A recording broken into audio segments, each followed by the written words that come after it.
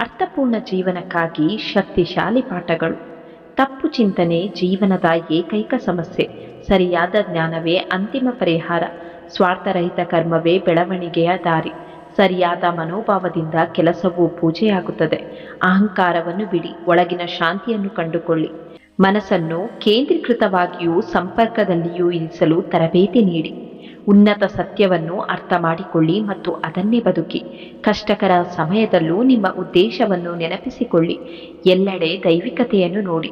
ನಿಮ್ಮ ಸ್ವಭಾವವೇ ಜೀವನವನ್ನು ರೂಪಿಸುತ್ತದೆ. ಮಿತಿಗಳನ್ನು ಮೀರಿ ಏರಿ. ಪ್ರಕೃತಿಯ ಮೇಲೆ ನಂಬಿಕೆ ಇಡಿ. ಜೀವನವು ಉನ್ನತ ಶಕ್ತಿಯಿಂದ ಮಾರ್ಗದರ್ಶನವಾಗಿದೆ. ಜೀವನದ ದೊಡ್ಡ ಚಿತ್ರವನ್ನು ಅರಿತುಕೊಳ್ಳಿ. ಮೌಲ್ಯಗಳು ಮತ್ತು ಆಂತರಿಕ ಶಕ್ತಿಯಲ್ಲಿ ನೆಲೆಯೂರಿ. ಮಾಯೆಯಿಂದ ದೂರವಿರಿ. ನಿಮ್ಮ ನಿಜವಾದ ಸ್ವರೂಪವನ್ನು ಅರಿತುಕೊಳ್ಳಿ. ಸುಲಭದ ಬದಲು ಸರಿಯಾದದ್ದನ್ನು ಆಯ್ಕೆ ಮಾಡಿ. ವ್ಯಕ್ತಿತ್ವ ಮುಖ್ಯ. ಶರಣಾಗಿರಿ, ನಂಬಿಕೆ ಇಡಿ ಮತ್ತು ನಿಮ್ಮ ಕರ್ತವ್ಯವನ್ನು ಮಾಡಿ. ನಿಮ್ಮ ನಂಬಿಕೆ ಮತ್ತು ಅಭ್ಯಾಸಗಳೇ ನಿಮ್ಮ ಮಾರ್ಗವನ್ನು ನಿರ್ಧರಿಸುತ್ತವೆ. ಪ್ರೇಮ, ಭಕ್ತಿ ಮತ್ತು ವಿನಮ್ರತೆಯನ್ನು ಆಯ್ಕೆ ಮಾಡಿ. ಮುಖವಾಡ ಧರಿಸಿದ ಜನರ ನಡುವೆ ಯಾರು ನೈಜ ಯಾರು ನಕಲಿ ಎಂದು ಯೋಚಿಸುತ್ತಾ ಸಮಯ ಕಳೆಯಬೇಡ. ನಿನಗೆ ಮೋಸ ಮಾಡಿದವರನ್ನು ಕಾಲವೇ ನೋಡಿಕೊಳ್ಳುತ್ತದೆ. ನೀನು ಕೇವಲ ನಿನ್ನ ನಿಷ್ಕಲ್ಮಶ ಮನಸ್ಸನ್ನು ಕಾಪಾಡಿಕೊ. ನಿನ್ನ ಒಳ್ಳೆಯತನಕ್ಕೆ ಎಂದಿಗೂ ಸೋಲಿಲ್ಲ. ಜಗತ್ತಿನಲ್ಲಿ ನಿನಗೆ ಯಾರೂ ಶಾಶ್ವತವಲ್ಲ ಎಂಬ ಅರಿವು ಬಂದಾಗ ಮಾತ್ರ ನೀನು ದೈವಕ್ಕೆ ಹತ್ತಿರವಾಗುತ್ತೀಯ. ಒಂಟಿತನವನ್ನು ಶಾಪವೆಂದು ಭಾವಿಸಬೇಡ. ಅದು ನಿನ್ನನ್ನು ನೀನು ಹುಡುಕಿಕೊಳ್ಳಲು ಸಿಕ್ಕ ಅವಕಾಶ. ಒಂದು ಬಾಗಿಲು ಮುಚ್ಚಿದರೆ ಬದುಕು ಮುಗಿಯಿತು ಎಂದುಕೊಳ್ಳುವುದು ಮೂರ್ಖತನ.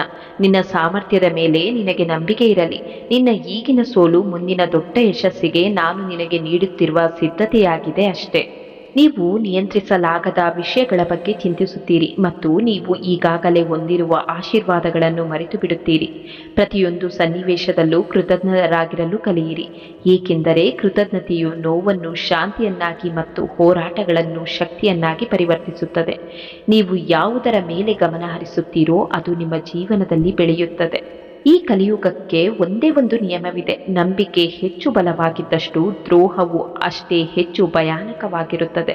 ಎಲ್ಲವನ್ನೂ ಬೆನ್ನಟ್ಟುವುದನ್ನು ನಿಲ್ಲಿಸಿ. ಎಲ್ಲವೂ ಉಳಿಯಲು ಅಲ್ಲ. ಕೆಲವು ವಿಷಯಗಳು ನಿಮ್ಮ ಶಾಂತಿಯನ್ನು ಕಾಪಾಡಲು ಬಿಟ್ಟು ಹೋಗುತ್ತವೆ ಮತ್ತು ಕೆಲವು ವಿಳಂಬಗಳು ನಿಮ್ಮನ್ನು ಏನಾದರೂ ಮಹತ್ತರವಾದದ್ದಕ್ಕೆ ಸಿದ್ಧಪಡಿಸುತ್ತವೆ.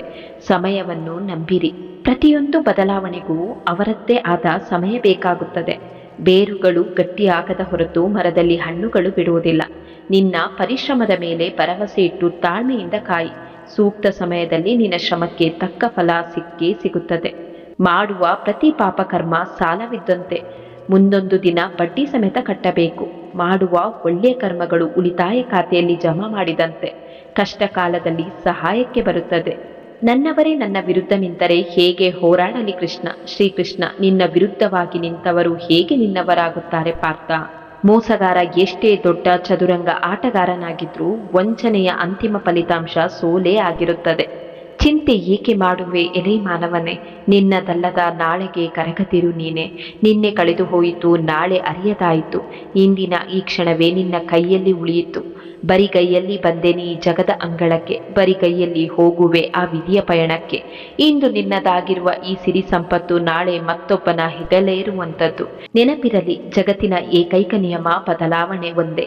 ಇಲ್ಲಿ ಸನಾತನ ಧರ್ಮ ಹುಟ್ಟು ಸಾವುಗಳ ನಡುವೆ ಸಾಗುವ ಈ ಆಟ ನನ್ನಿಚ್ಛೆಯಂತೆ ನಡೆಯುವ ಮಾಯಾಜಾಲದ ತೋಟ. ಫಲದ ಆಸೆಯ ತೊರೆದು ಕರ್ತವ್ಯ ನೀ ಮಾಡು. ಸುಖ ದುಃಖ ಎರಡನ್ನೂ ಸಮನಾಗಿ ನೀ ನೋಡು. ಭಯವನ್ನೊಮ್ಮೆ ಬಿಟ್ಟು ಎನ್ನತ್ತ ನೀ ನಡೆದರೆ ಕಾಯುವೆನು ನಿನ್ನನ್ನು ನಾನೆರಳಿನ ಆಸರೆಯಲ್ಲೇ.